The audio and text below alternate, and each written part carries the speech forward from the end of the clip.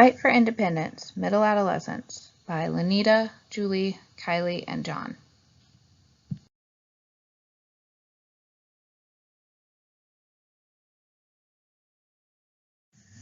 The importance of establishing a clear identity is widely recognized in different developmental theories. Adolescence represents a time of transition where many of us undergo significant changes while working to establish our own individual identity. We all must evaluate our upbringing, identifying values and beliefs that resonate within us, all the while determining the general direction in our lives. It can be overwhelming to say the least. It's easy to see in the midst of all this change how many things can go awry as teens wrestle with various questions, sometimes creating crisis. We welcome the opportunity to explore these crises and the things that contribute to them as well as the things that can help prevent them.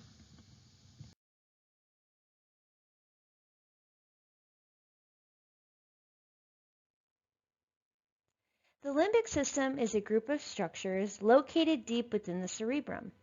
It is composed of the amygdala, the hippocampus, and the hypothalamus. The amygdala is an almond-shaped structure located in the medial temporal lobe and works to process fearful and threatening stimuli. It regulates things tied to perceived threats such as fear and aggression. The amygdala is also involved in tying emotional meaning to our memories, which leads to the next part of the limbic system, which is the hippocampus. The hippocampus is responsible for memory encoding, memory recalling, and memory consolidation. It also plays an important role in how we learn. The hypothalamus has the main function of regulating the body in terms of keeping it in the state of homeostasis. It is tied to the autonomic nervous system, which regulates processes like breathing, blood pressure, heart rate, digestion, appetite, and arousal. All of these brain regions are involved in the expression of emotions and motivation. Because they are not fully developed in adolescence, they do not work in unison, and they often compete between themselves and with the prefrontal cortex to override each other. This is why we often see adolescents struggle to make decisions. And even when they do make decisions, they struggle to later explain and articulate why they made the decisions that they did. Their brain is constantly fighting with itself to determine how to interpret information and react to stimuli. This leads to the topic of emotions and how they have a heavy impact on adolescence. Heightened emotions caused from intense fluctuating hormones in both males and females impact their ability to interpret and perceive events and people in a logical or measured manner. In turn, this impacts one's ability to self-regulate and therefore behave on their reaction to their emotions with little to no cognizant control. Adolescence is a vulnerable time because the reward and pleasure-seeking centers of the brain, which is the limbic system that we talked about, mature more rapidly than the behavioral controlling systems, which is the frontal system, also known as the prefrontal cortex. The gap between these two systems is particularly great in adolescence. This gap causes inconsistency between these two regions of the brain and does not allow them to communicate as effectively as we see in adult comprehension. It is important to note that adults do also struggle with emotional regulation and fluidity of communication between these two regions. However, it is seen more prominently during adolescence because this is the stage of life where these areas of the brain are developing and are first introduced. Now that we've talked a little bit about the brain and how it works, let's discuss how it applies and why it is important to one's identity. In a scientific article by Upreti, he quotes, "Adolescence identity is of great importance because it is the first time when physical development, cognitive skills, and social expectations coincide that enable adolescents to understand childhood identifications in order to construct a viable pathway toward their adulthood. Personal identity develops with the changes in the adolescent brain. Identity in simple terms is one's sense of self. Building a complete identity involves clarification of one's morals, ethics, and standards, as well as the commitment to a future occupation. But sometimes adolescents pass through a stage of disorientation and role confusion and are known to be in an identity crisis. End quote. In our class textbook, Callie quotes, "Scientists often find that rapid increases in hormone levels are associated with greater irritability and greater impulsivity." End quote. I am sure parents see this trend often when dealing with their children who seem to fly off the rails on a regular basis. Because of the rapid increase in hormones, and therefore causing less impulse control, a quote by Sharma says, "Adolescents are more likely than adults to be swayed by their emotions. In addition, adolescents often read others' emotions incorrectly." End quote. This leads to adolescents responding incorrectly as a result, causing confusion and frustration between the adolescent and the receiver. Self-regulation has been broadly classified as the management of emotions and motivation. It also involves directing and controlling behavior in order to meet the challenges of the environment and to work toward a conscious purpose. When an adolescent does not know how to properly manage all of the biological changes occurring in their body, they, quote, quote, act out. All of these factors impact and affect their sense of self. They are not able to engage with purpose or be effective in communication, which can lead them to feel misunderstood, like they don't understand themselves and their own actions or thoughts, or that they are mentally hindered and always fail to satisfy the expectation of others. So what methods help? Well, CBT, cognitive behavioral therapy, meditation practices, mindfulness exercises, and physical exercise are all common therapeutic tools that help adolescents and adults manage and regulate their emotional behavior, and as a result, overall increase their sense of self. Thank you. Adolescence is a transformational period in many regards. Teens face a myriad of changes which not only affects them physically and biologically, but also psychologically. In fact, many of their physical and biological changes contribute to psychological stress as they adapt to their new bodies, trying to establish their individual identity, who they are in this world. Erik Erikson would argue that identity formation is the core developmental task in adolescence. When an adolescent is successful in this process, they reach identity achievement. According to Flum, identity achievement characterizes individuals who have undergone a period of questioning and who have evaluated critically their parents' values and expectations before making a decision on their own terms. The identity achiever is committed to his or her choice of ideology and occupation. At times, adolescents do not progress through the identity formation steps seamlessly, sometimes causing psychological crises. We could all agree that the amount of seemingly abrupt changes to a young person's body alone certainly creates opportunity for crisis to develop in one's life. Crocetti and others state that adolescents at risk for problem behaviors can have more difficulties in developing a firm sense of personal identity. This phenomenon is somewhat a catch-22. A teen may suffer from externalizing or aggressive and delinquent behaviors or internalizing anxiety and depression problem behaviors, making it more difficult to establish an identity. And on the other hand, not having an identity almost exacerbates the problem behaviors, causing crisis. According to Wang and Stormshack, ethnic identity is an essential component for youth's sense of self.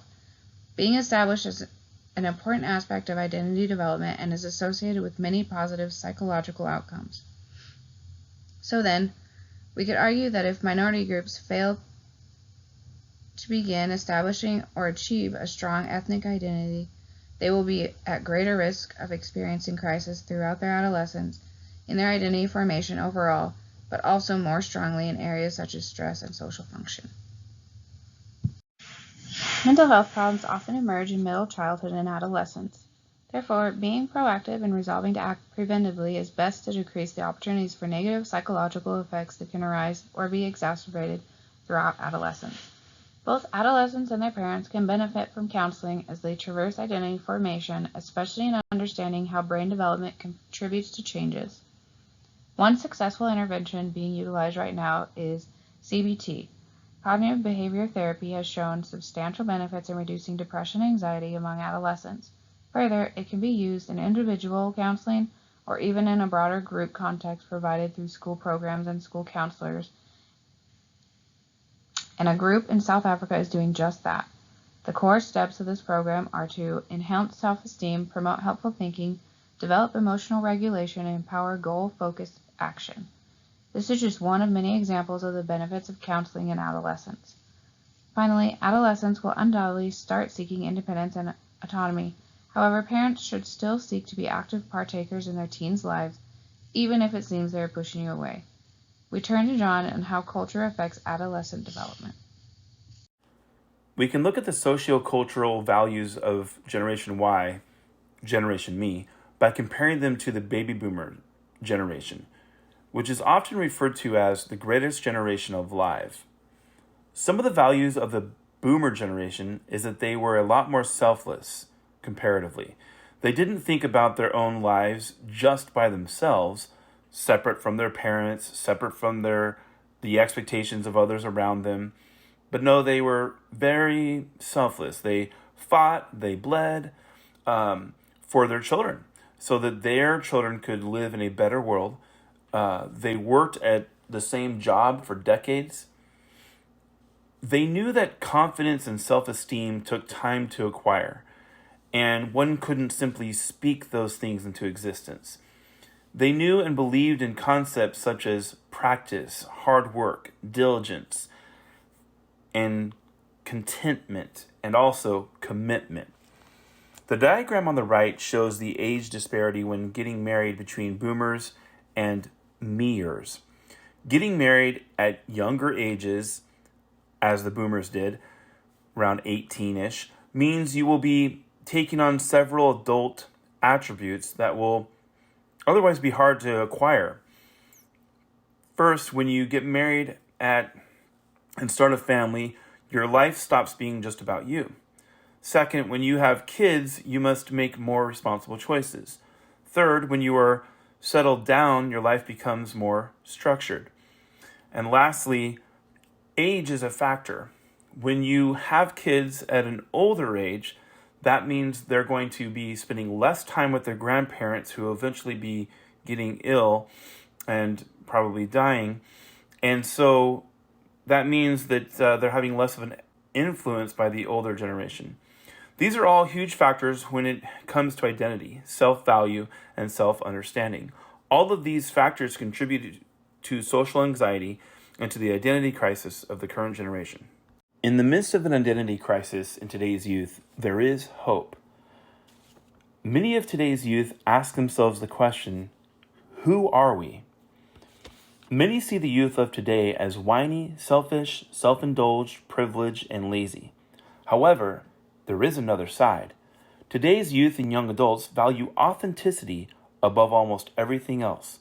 They value equality, equality of treatment, equality of race, and equality of possessions.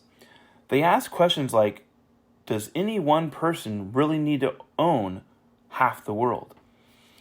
Their obsession with self can be a bad thing, but it can also lead to introspection. And this introspection can lead to an admission of guilt when it comes to past atrocities. And this confession of woes can lead to powerful change. And I will add redemption. In Galatians 3:28, it states, there is neither Jew nor Gentile, neither slave nor free, nor is there male or female, for you are all one in Christ Jesus. And I ask, what better identity can we have than that? When it comes to the lifestyle component of this transitional time of adolescence, although a natural part of development, adolescents explore their values and beliefs and rebel to find their own place in society. This can cause issues within the developing person, as well as create tension amongst the family. Up until this point, many young people have relied upon their parents and others to determine how they should think, feel, and even act, and this goes for religion and spirituality as well. In the reciprocating self, they share how teens attend religious services less frequently as they get older. Yet hopeful is that generally their attendance increases throughout adulthood as they continue to age. In a 2019 study titled Identity Achievement of Adolescence, Predicting Role of Spirituality, the researchers report how dependency on parents declines while conformity to peers and peer pressure is shown to rise during adolescence. Quote, a well-developed identity is characterized by a keen sense of one's strengths, weaknesses, and a profound sense of individuality, end quote. Peers clearly have a powerful influence during adolescence. Therefore, parents should minimize negative peer influence as best as they can and foster positive self-image through praise and acceptance, praising their peers as well. Decreased parental involvement, poor communication with parents, and poor parental discipline contribute to the degree of influence that the peers have. Gucciasel and Payne suggest shifting the focus from the person to the social setting where they live when determining what may lie at the heart of the struggle.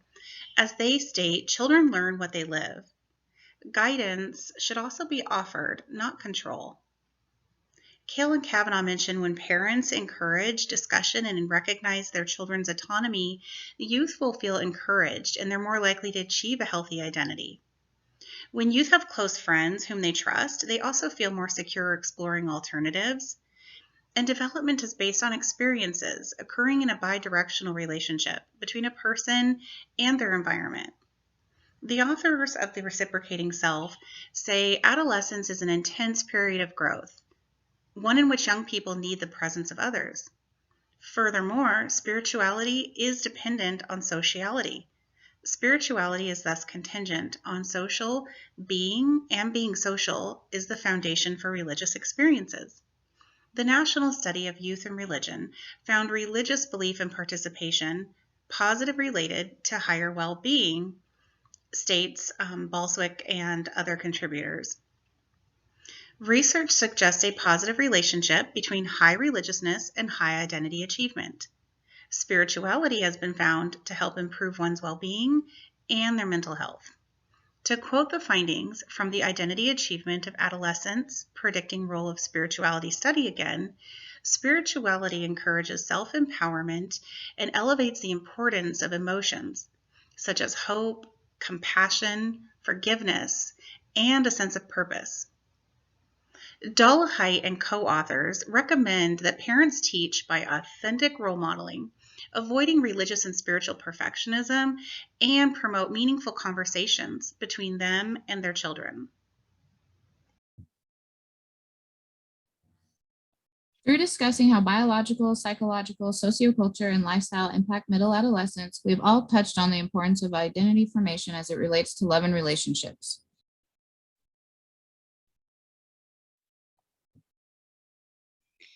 With all the science and findings, it comes down to the basic need for love and relationship. People and connections matter most, according to the PBS video, Inside the Teenage Brain. The scriptures are clear. We are called to love God and love people. If one is without either, it's no wonder there would be feelings of struggle when it comes to the subject of identity. Being made in the image of God and then not living out of one's life as designed clearly would result in crisis. The limbic system, prefrontal cortex, along with the production and release of hormones, all impact how adolescents determine their sense of self and ultimately cultivate their individuality. Ephesians 4:16 says, "From whom the whole body, joined and held together by every joint with which it is equipped, when each part is working properly, makes the body grow so that it builds itself up in love." Adolescents will undoubtedly face many hurdles as they are growing, and psychological crises are no exception. However, positive role models, including parents, primary caregivers, teachers, etc., can all help as teens transition through this time in life. This in turn will greatly reduce the risk of negative psychological effects like depression and anxiety. This generation faces many hurdles having to do with sociocultural and psychological aspects, a lot of those hurdles tend to revolve around the concepts of self and self-indulgence. When we look at scriptures, we see in Matthew 16:25, it states, "For whoever could save his life will lose it, but whoever loses his life for my sake will find it."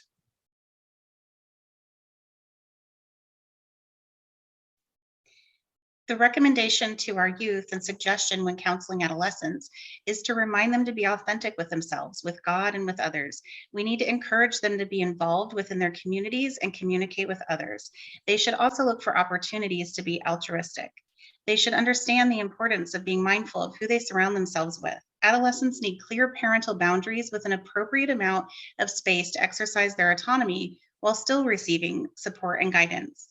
The book of Proverbs teaches, "He who walks with the wise grows wise, but a companion of fools suffers harm. And as iron sharpens iron, so one man sharpens another." Thank you for your time.